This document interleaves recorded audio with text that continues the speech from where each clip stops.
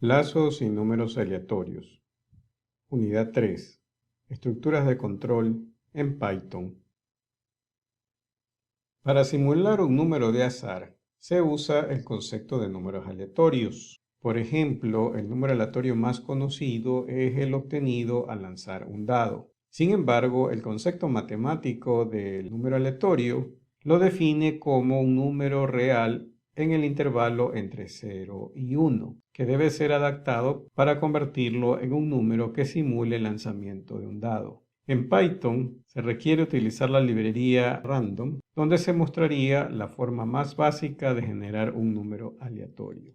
Observamos cómo funciona. Se llama a la librería random y se crea un alias como RND. Si se llama a la librería, se puede utilizar la función random, que genera un número aleatorio entre 0 y 1. Se toma como ejemplo la generación de un número aleatorio simulando un dado, para lo que necesitaremos realizar en forma básica los siguientes pasos. Primero generamos un número aleatorio.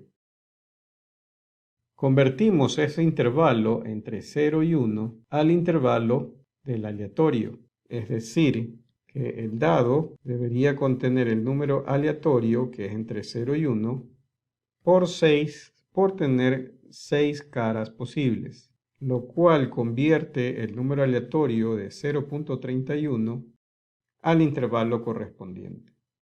Sin embargo, las caras de un dado no son un número real, sino un número entero, por lo que hay que hacer una conversión del número real a los números enteros posibles. Se realiza entonces la operación de aleatorio por 6, pero de la cual debemos obtener solamente la parte entera, obteniendo el valor del dado como un entero.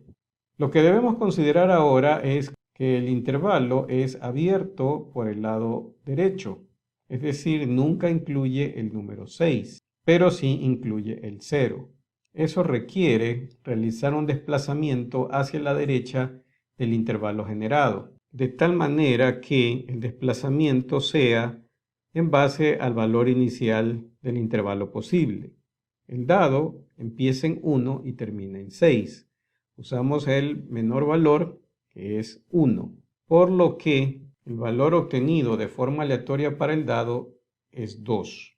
Para confirmar el proceso, reemplazamos la variable aleatorio por la función rnd.random y veremos que cada vez que se ejecuta, obtiene un número que simula el lanzamiento de un dado.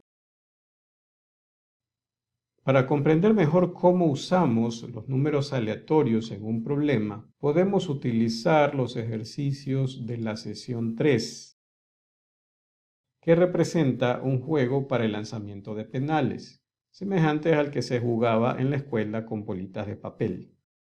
Para realizar el algoritmo, simulamos en Python el ejercicio. Primero, en el bloque de inicio, colocamos la referencia del problema. Luego, como vamos a necesitar la librería de aleatorios, llamamos a las funciones con el alias rnd. El juego consiste en tener el rol del lanzamiento del penal, decidiendo dónde se quiere patear el balón. Y el número que escojamos representa el área del arco que se quiere usar. El computador realizará la acción de arquero y podrá tapar solo una de estas áreas. Si la posición donde se realiza el lanzamiento del balón coincide con la posición del arquero, se tapó el penal. Si son diferentes, se marca un gol.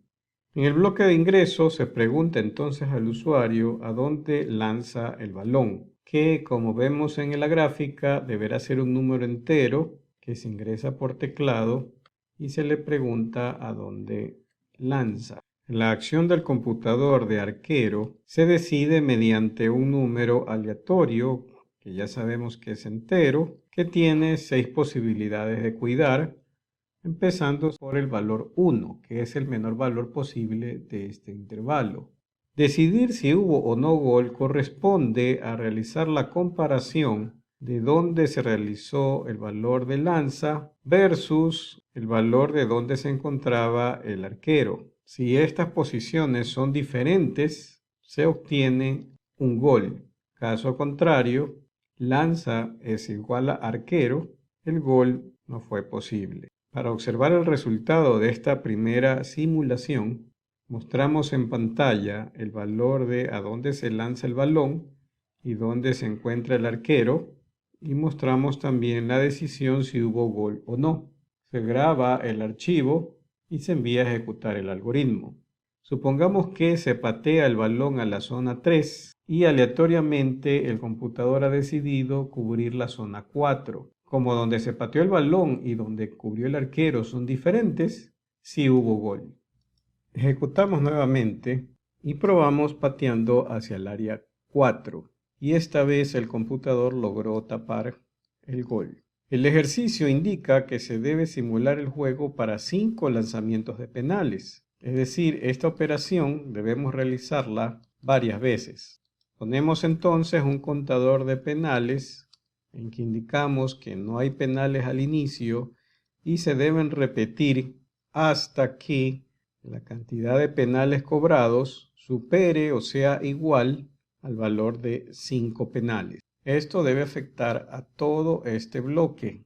Cuando se cobra el primer penal, se debe contar la variable, tomando en cuenta que el contador de penales empezó en 0. Cuando se empieza en 0, se utiliza mayor o igual. Si hubiésemos empezado a contar con penal igual a 1, aquí pondríamos el valor de mayor. Nos interesa conocer al final cuánto es el valor del marcador, y el marcador deberá ser un acumulador de goles. El marcador en principio debía tener como acumulador un valor inicial, y los penales empiezan con marcador 0. Ejecutamos el algoritmo y nos pide ahora hacer un lanzamiento. Vamos a lanzar siempre al área 4, donde nos indican que se obtuvieron 5 goles. Resaltemos la variable marcador con un mensaje antes de mostrar su valor.